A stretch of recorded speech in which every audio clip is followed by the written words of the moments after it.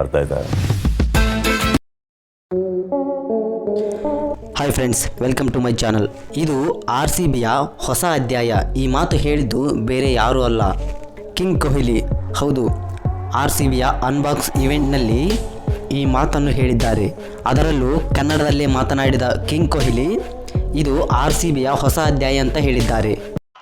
I just want to let everyone know, ಇದು RCBಯ ಹೊಸ ಅಧ್ಯಾಯ.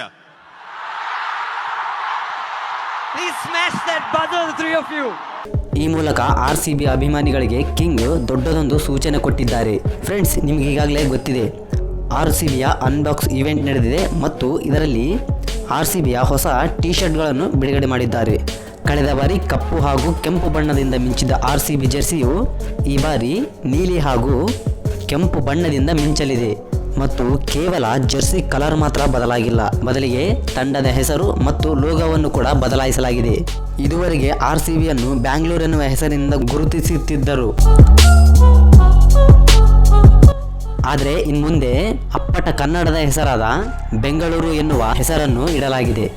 ಇನ್ಮುಂದೆ ರಾಯಲ್ ಚಾಲೆಂಜರ್ಸ್ ಬೆಂಗಳೂರು ಆಗಿ ಬದಲಾಗಿದೆ. ಇನ್ನು ಮೈದಾನದಲ್ಲಿ ಕಿಂಗ್ ಕೊಹ್ಲಿ ಮಾತನಾಡುವ ಸಂದರ್ಭದಲ್ಲಿ ಮೈದಾನದಲ್ಲಿರುವ ಅಭಿಮಾನಿಗಳೆಲ್ಲ ಕಿಂಗ್ ಕಿಂಗ್ ಎನ್ನುವ ಘೋಷಣೆ ಮುಗಿಲು ಮುಟ್ಟಿತ್ತು. ಈ ಘೋಷಣೆಯ ಮಧ್ಯೆ ಕೊಹ್ಲಿ ಮಾತನಾಡುವುದು ಕೂಡ ಕಷ್ಟವಾಗಿತ್ತು.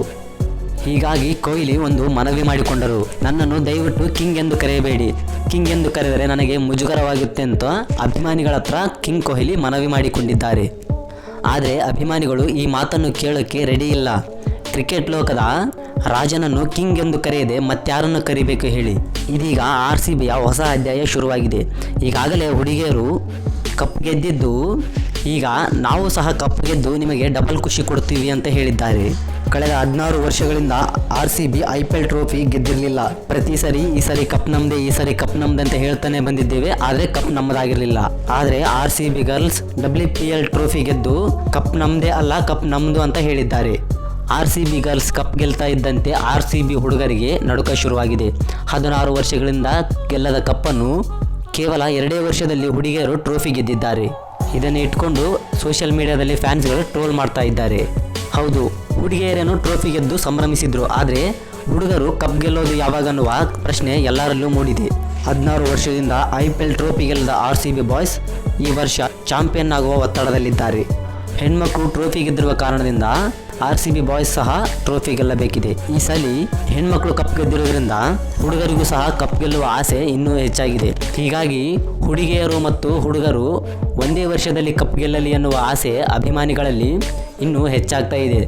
ಸ್ನೇಹಿತರೆ, ಈ ವರ್ಷ RCB ಹುಡುಗರು ಸಹ ಕಪ್ ಗೆಲ್ಲಬಹುದಾ ಎನ್ನುವ ವಿಷಯದ ಬಗ್ಗೆ ನಿಮ್ಮ ಅಭಿಪ್ರಾಯವನ್ನು ಕಮೆಂಟ್ ಮಾಡಿ. ಮತ್ತು ಚಾನಲ್ಗೆ ಇನ್ನೂ ಯಾರು ಸಬ್ಸ್ಕ್ರೈಬ್ ಆಗಿಲ್ಲವೋ ಸಬ್ಸ್ಕ್ರೈಬ್ ಆಗಿ, ಬೆಲ್ ಬಟನ್ ಕ್ಲಿಕ್ ಮಾಡಿ, ನಿಮ್ಮ ಸ್ನೇಹಿತರೊಂದಿಗೂ ವಿಡಿಯೋವನ್ನು ಶೇರ್ ಮಾಡಿ. ಧನ್ಯವಾದಗಳು.